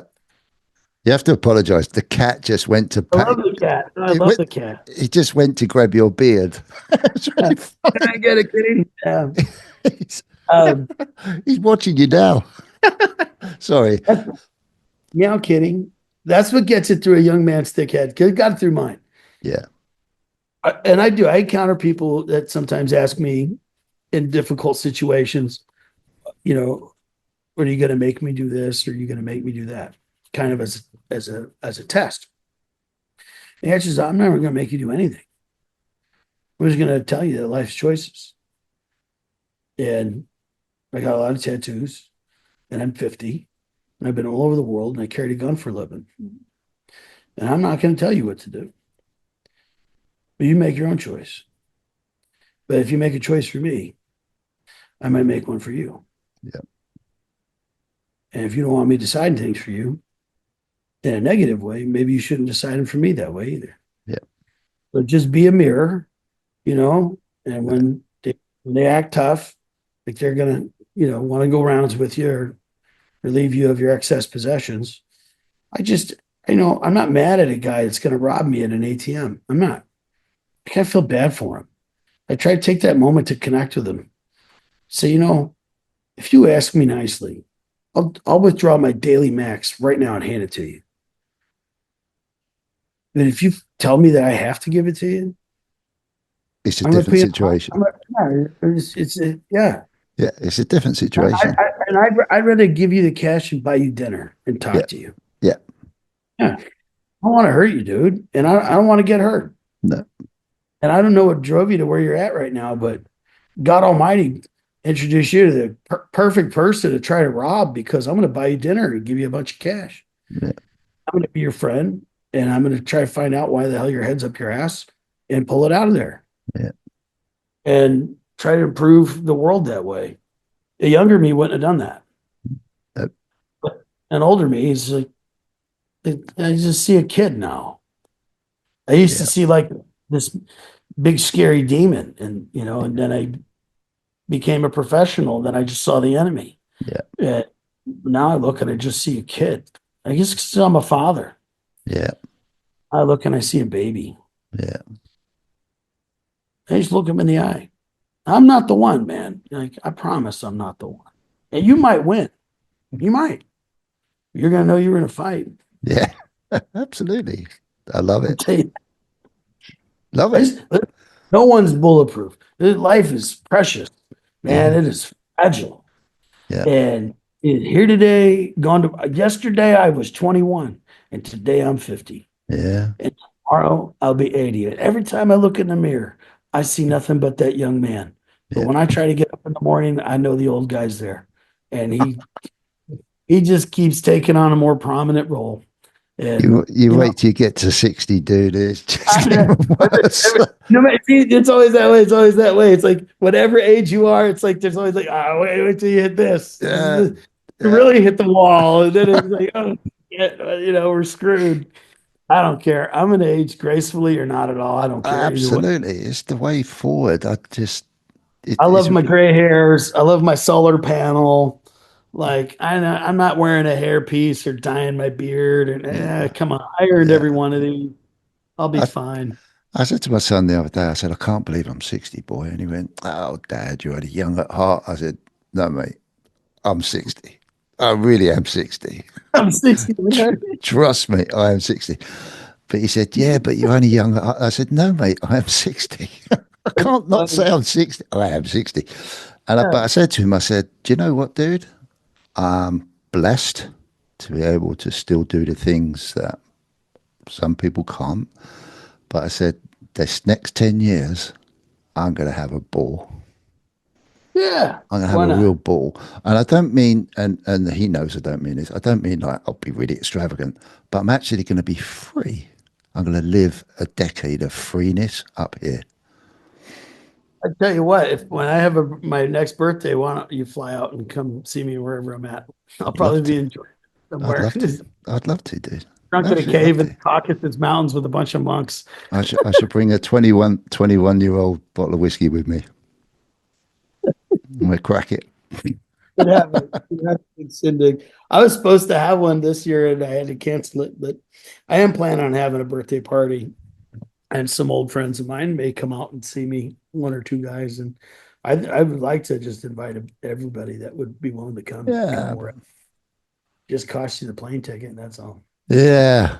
The I like I say to everyone, it doesn't matter whether I don't see anyone again.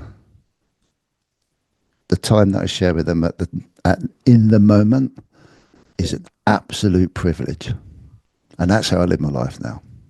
Yeah. Absolutely live my life. Tomorrow, if we relive it, great. Yeah. Tomorrow, but to have like I would Not rather, I'm tired. Let me stay in bed. yeah, but I'd rather look back at yesterday and think, oh wow, that was a just what a privilege to have that experience, rather than anything negative or anything like that. Um, it's powerful, dude. I love Yeah. it. Absolutely love Turn it. your turn that frown upside down. Yeah, That's, absolutely. or they said you can get happy in the same pants you got mad in.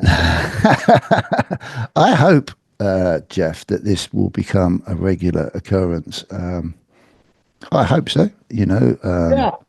You want to do a little news update or something, if Oh something goes man, wrong, yeah, you know why, like I'll do my best.